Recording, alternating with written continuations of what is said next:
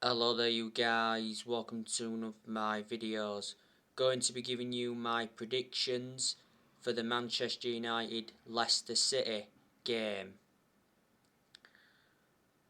So score prediction, I'm going to go with 2-1 to Manchester United. The goal scorers for Manchester United, I'm going to go with Cristiano Ronaldo and Bruno Fernandes. And Leicester's goal scorer, I'm going to go with Iheanacho.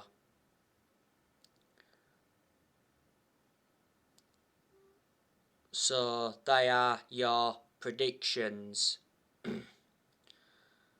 I am expecting Manchester United to win this game because we've got a very good away record in the Premier League.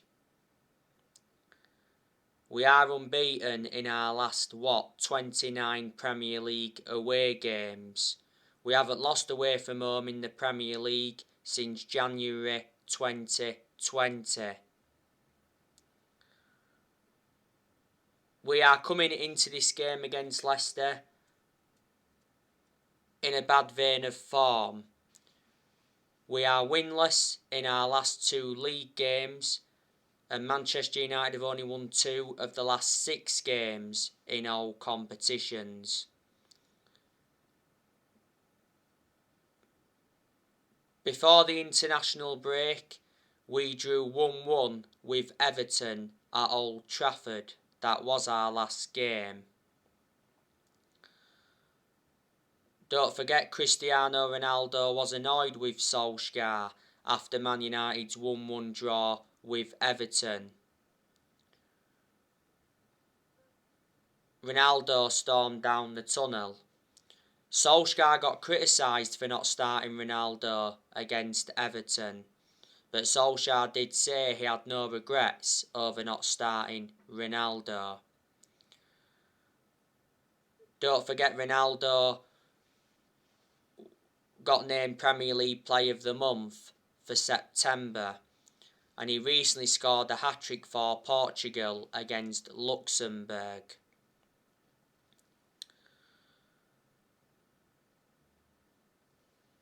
Varane, he won't be playing in this game against Leicester because Varane has got a groin injury. He's out for a few weeks.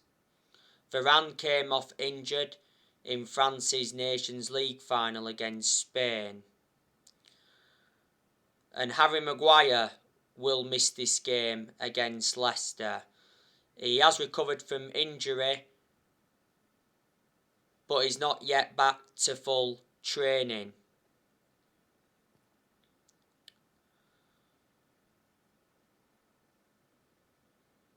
Leicester, they've endured a poor start to the season. They're sitting 13th in the Premier League at the moment. Leicester drew their last game against Crystal Palace 2-2 before the international break, and Leicester threw a 2-goal lead away. Leicester's manager is Brendan Rodgers. He's been in charge of Leicester for almost 3 years. He's got a contract with Leicester until 2025.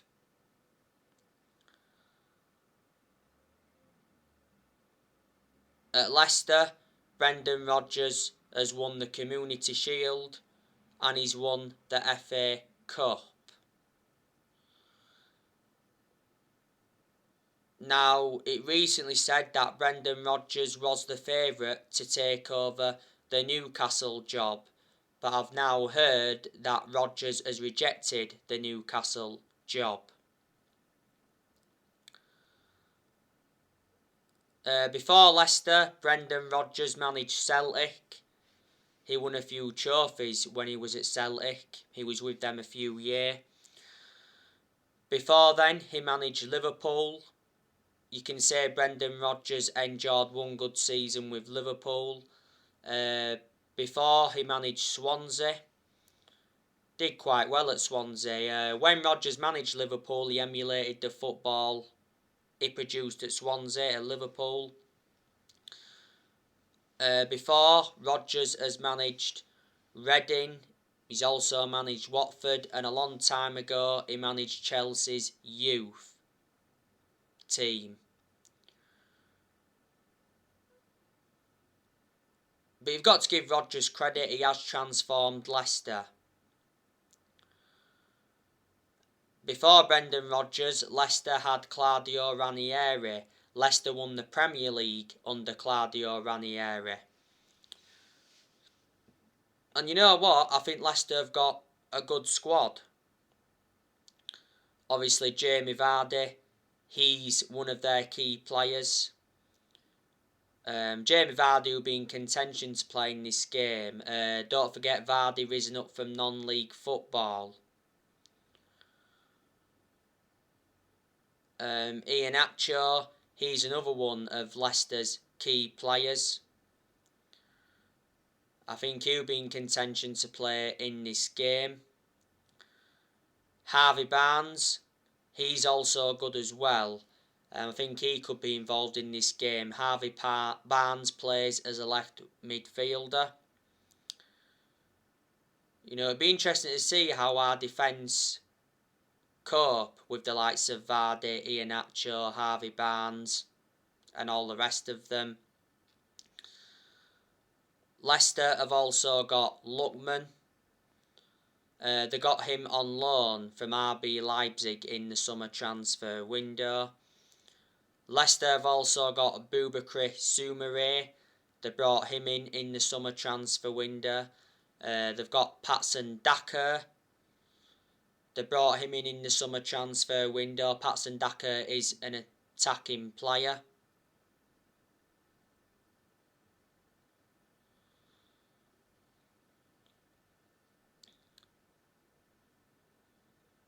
Leicester have also got James Justin. Don't think he'll be in contention to play in this game because he's out with injury. Leicester have also got Youri Tielemans. I think he'll be involved in this game. At one point Leicester did have him on loan, and then Leicester decided to get him permanently. They paid like 32 million for him. Man United have been tentatively linked with Youri Tielemans. James Maddison, he's a very good midfielder. I think he'll be playing in this game. Leicester got James Maddison from Norwich. They paid like £20 million for him. Man United have been linked with James Maddison before. Wilfred Ndidi, he's also good for Leicester. He won't be in contention to play in this game because he's out with injury. That's bad news from a Leicester perspective because Ndidi's one of their key players.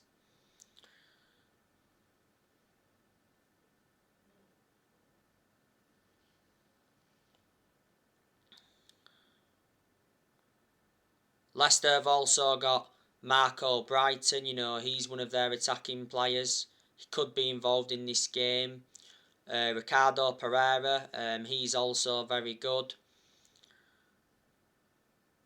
Leicester have got Bertrand. They brought him in the summer transfer window. They got him from, was it Southampton? They also got Vestergaard in the summer transfer window. Leicester have also got Luke Thomas. He's a left back. They've also got Armati. They've got Timothy Castagny. He's a defender, I think. Leicester have got Johnny Evans. He's recently been out with illness. If he plays in this game, he'll be reuniting with Manchester United. Don't forget, we had Johnny Evans for like 7 years. Another one of Leicester's centre-halves is Fofana. He's out with injury, so I don't think he'll be playing in this game. Leicester have also got Mendy. He's actually out with injury at the moment.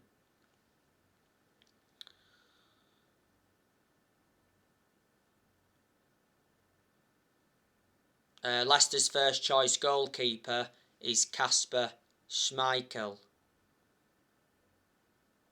Good goalkeeper.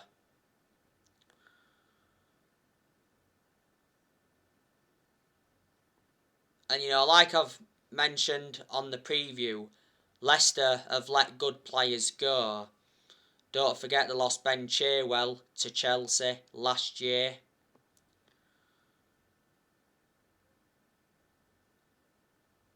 They lost Harry Maguire to Man United in the summer of 2019. Leicester did get 80 million for him. They also lost N'Golo Kante and Danny Drinkwater to Chelsea. They also lost Riyad Mahrez to Man City back in 2018. And I think also Dennis Pryor left them. But Leicester have found adequate replacements for all of them departures.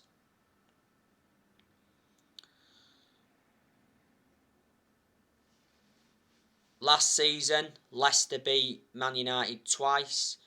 They beat us in the FA Cup quarter-final, 3-1.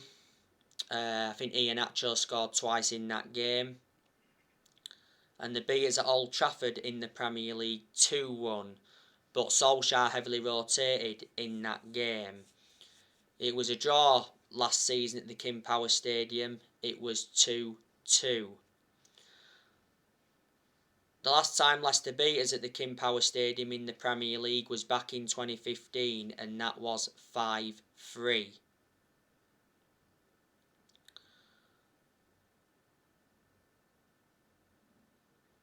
Our next game after Leicester is Atlanta, and then after Atlanta it's Liverpool. That's our next league game after Leicester. And then after Liverpool, I think it's Tottenham, then it's Man City. So tough games are coming up. Man United have 6 games. That could be a make or break for Solskjaer.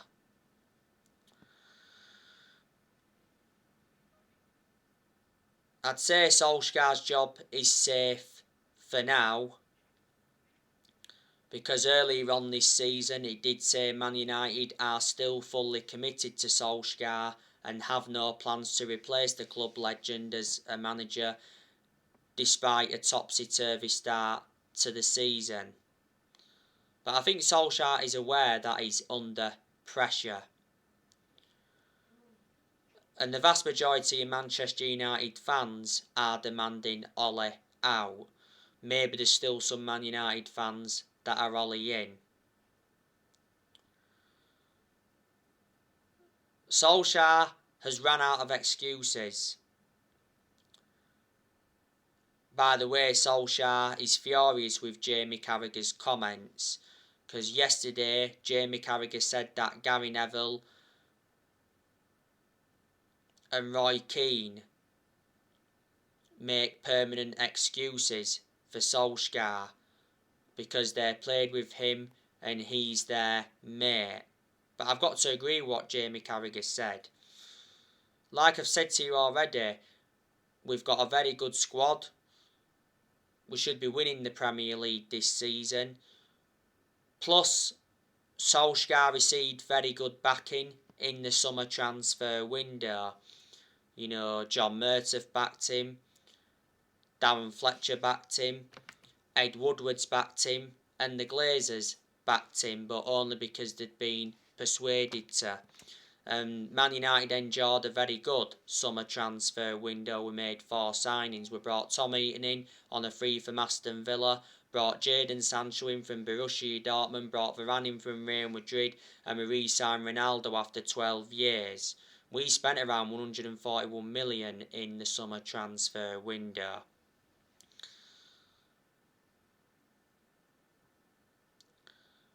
But there's obviously been United fans wanting Antonio Conte to replace Solskjaer.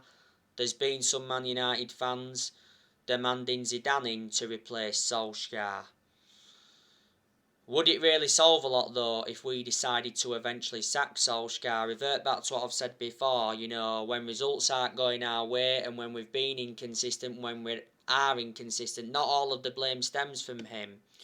It's never all the manager's fault. Yeah, Ollie's accountable for certain things, but there's obviously certain players at Man United that have had to take responsibility, and there's just players in general at Man United that aren't good enough to represent the club. And like I said, I didn't like the way the football club had been run for a long time. There's a lot of United fans that have got strong reservations about Solskjaer's decision making, and I'm certainly one of them, because analysing the vast majority of the games Solskjaer's managed at Man United, he's been tactically naive. And Solskjaer doesn't have a proven pedigree as a manager. That is also a concern. This season is Solskjaer's third full season as Man United manager. And I did say at the start of this season that this season's going to be massive for Ollie because he's got big expectations to exceed. I feel as though the expectations are far too high for him. Solskjaer has to win a trophy this season to save his job. He's not yet won a trophy as Man United manager. We haven't won a trophy since 2017. And earlier on this season, Solskjaer did mention that we must leave a legacy of silverware. Solskjaer will be celebrating 3 years as Manchester United manager in December. I'm surprised he's lasted as long as he has done, but like I've said before, the reason Solskjaer is still Manchester United manager is because he's a legend of the club. That's what's basically saved his job.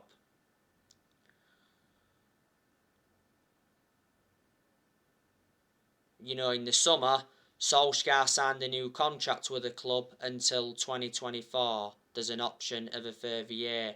And revert back to what I've said before, we made a mistake giving him that contract, because I can assure Solskjaer will not see out that contract. And a lot of United fans will agree with me on that aspect.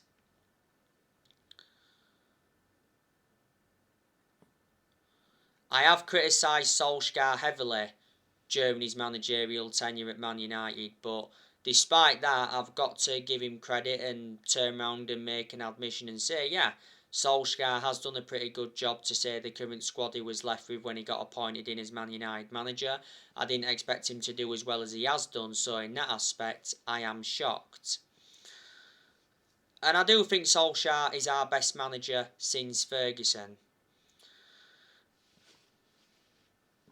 Since Ferguson, we've sacked 3 managers. We sacked Moyes after 10 months. David Moyes is the worst manager we've ever had. We finished 7th under the David Moyes era. We sacked Louis van Gaal after 2 years, despite him winning the FA Cup. And we sacked Mourinho after 2.5 years, despite him winning 3 trophies in his first season and getting us a 2nd place finish in his first season. So you can say Mourinho did enjoy one good season at Man United. So yeah, Solskjaer's our 4th permanent manager since Ferguson. Obviously, Solskjaer's not going to replicate what Ferguson did. No manager's going to replicate what Ferguson did. Not in my lifetime, anyway. Ferguson brought success to Manchester United. He won 30-odd trophies, including 13 Premier League titles. So there you go. But Ferg didn't settle in straight away because he didn't win out in his first 4 years at Man United. So that just indicates it takes some managers time to settle in. Ferguson did enjoy a 27-year tenure at Man United, so he was a long-serving manager. Or should I say, a very long-serving manager.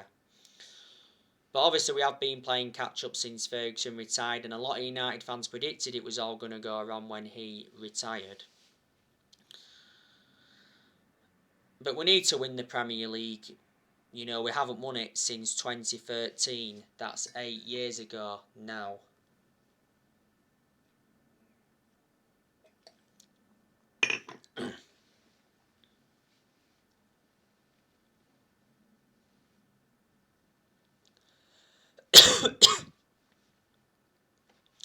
I'm expecting Manchester United to sell players next year.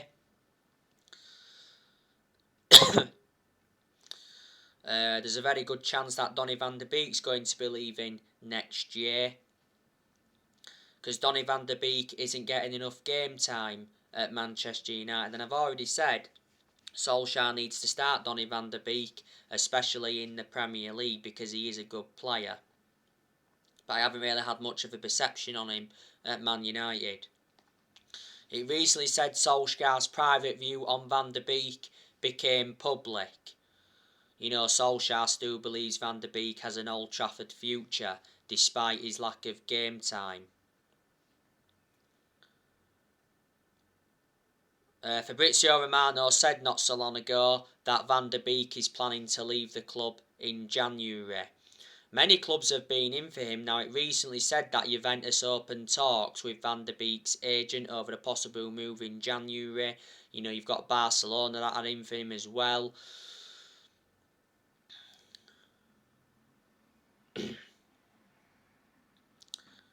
Everton remain interested in Van der Beek. That's what Sky Sports News said not so long ago. Don't forget, Everton were close to signing Donny van der Beek on loan, but Solskjaer rejected Van der Beek's exit. Newcastle also want Van der Beek. The other week it said Van der Beek's agent was working hard on finding a new club for his client. The other week Van der Beek was furious with Solskjaer as he was left on the bench in Man United's win over Villarreal. Van der Beek was spotted throwing chewing gum in the dugout. It says Van der Beek will try to force a January transfer away from Man United following his Villarreal meltdown. Earlier on this season, Van der Beek told Solskjaer his best position. He reckons he'd be best served operating as a number 6 or as a number 8. And earlier on this season, Van der Beek spoke about his Man United future in an exclusive interview with Rio Ferdinand. This season's Van der Beek's second full season at Man United. We got him for 40 million with add-ons included. He's under contract with Man United till 2025 and he's versatile. He can play in 3 different roles. Lingard, I think, is leaving next year.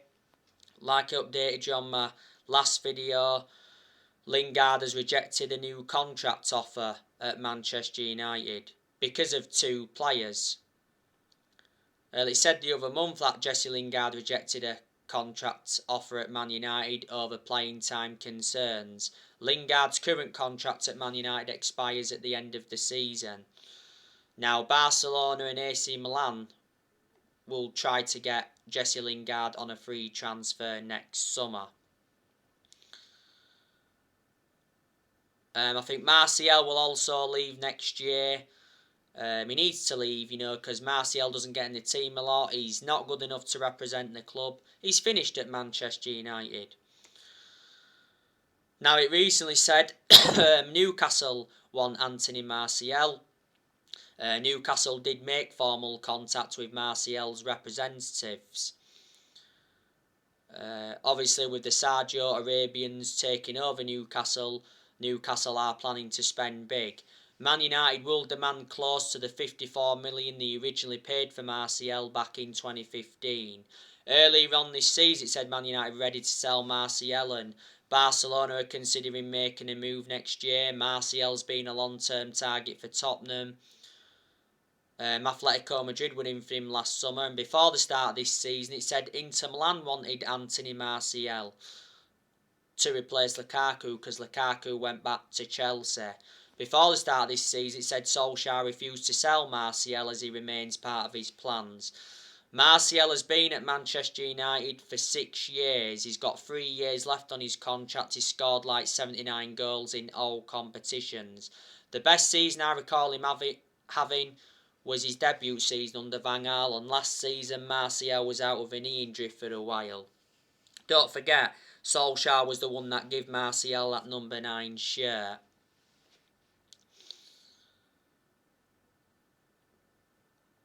I think Cavani will leave next year.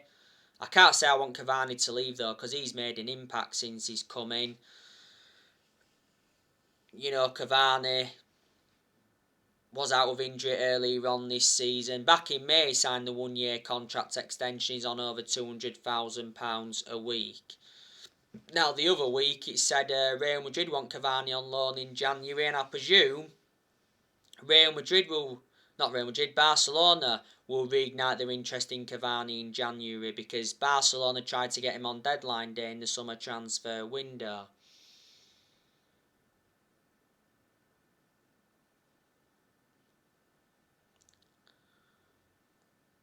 Juan Mata, I think he'll also leave next year.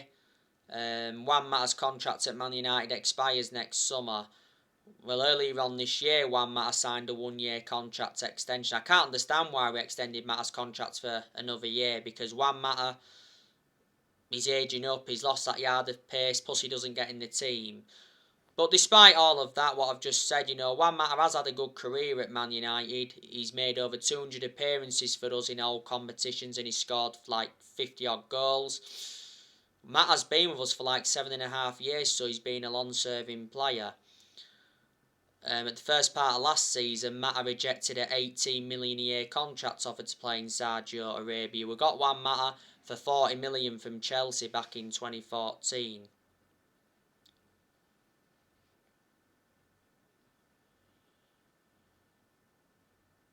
I want us to offload Fred next year, because like I've already said, Fred is not good enough to represent the club. We overpaid for Fred. We got him for 50 million from Shakhtar Donetsk. Tellez, I think, will leave next year, because Tellez doesn't really get in our team. Well, the reason we brought Tellez in was to provide competition for Shaw, but we've seemed to get the best out of Shaw since Tellez came in. Tellez was out with injury earlier on this season. We got Tellez for 15.4 million with add-ons included, I think.